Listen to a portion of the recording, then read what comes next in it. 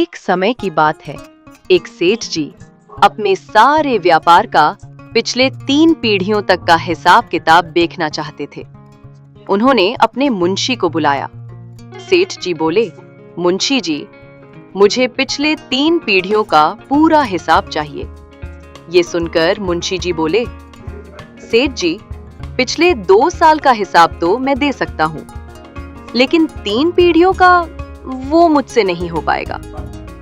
ये बात सुनकर सेठ जी को गुस्सा आया और उन्होंने नया मुंशी ढूंढना शुरू किया, पर कोई ऐसा मुंशी नहीं मिला जो इतना पुराना हिसाब सेठ जी को दे सके।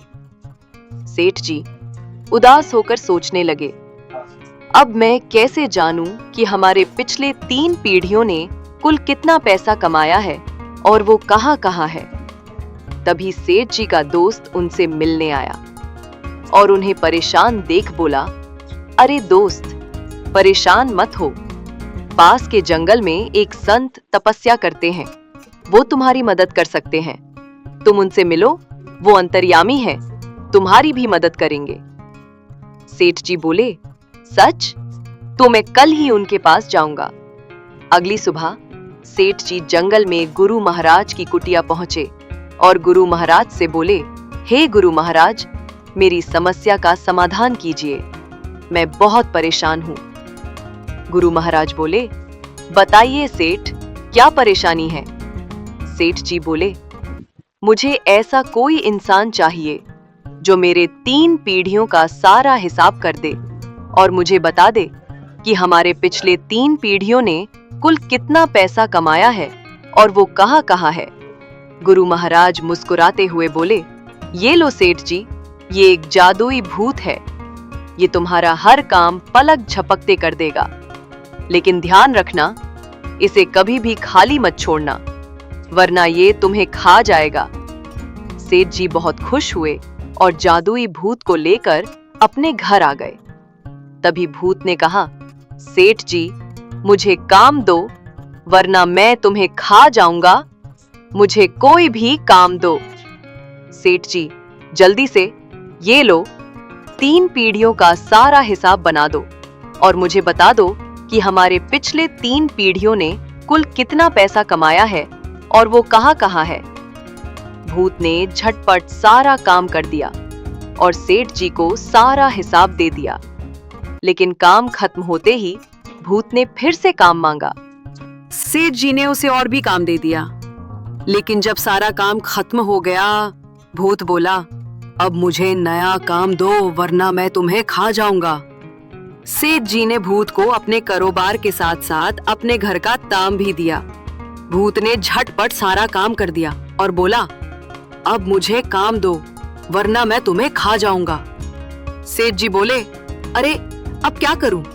चलो इसको पूरे गांव का काम दे देता हूं। भूत ने झटपट सारा काम कर दिया और बोला, मुझे काम दो, वरना मैं तुम्हें खा जाऊंगा। सेठ जी डरकर बोले, अरे बाबा रे, अब मैं क्या करूं? सेठ जी घबराकर गुरु महाराज के पास पहुंचे और बोले, अब क्या करूं गुरु महाराज? भूत तो सब काम कर चुका है, अब मुझे ही खाने की धमकी दे रहा है। मैंने उसको जो भी काम दिया, उसने झटपट सारा काम कर दिया। गुरु महाराज बोले, क्यों सेठ, अब तो तुम्हारे सारे काम झटपट हो रहे हैं, फिर भी तुम घबराए हुए निराशा से मेरे पास आए हो? सेठ ने कहा, गुरुजी, इस भूत ने तो मेरे पिछले 3 पीढ़ियों का पूरा हिसाब कर दिया, साथ ही साथ मेरे घर और गांव में रहने वाले सारे लोगों के घर का काम भी झटपट कर दिया। फिर भी ये मुझसे काम मांग रहा है।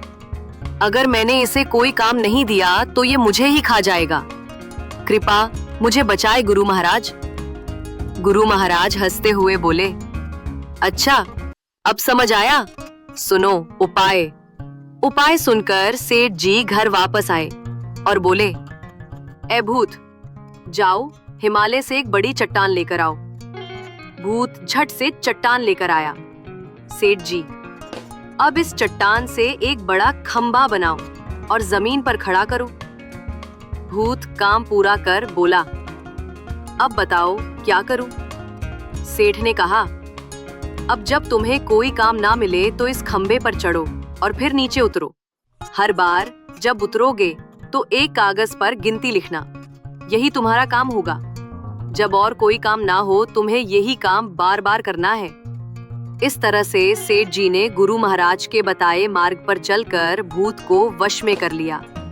तो बच्चों, इस कहानी से हमें ये सीखने को मिलता है कि हमारा मन भी एक भूत की तरह है।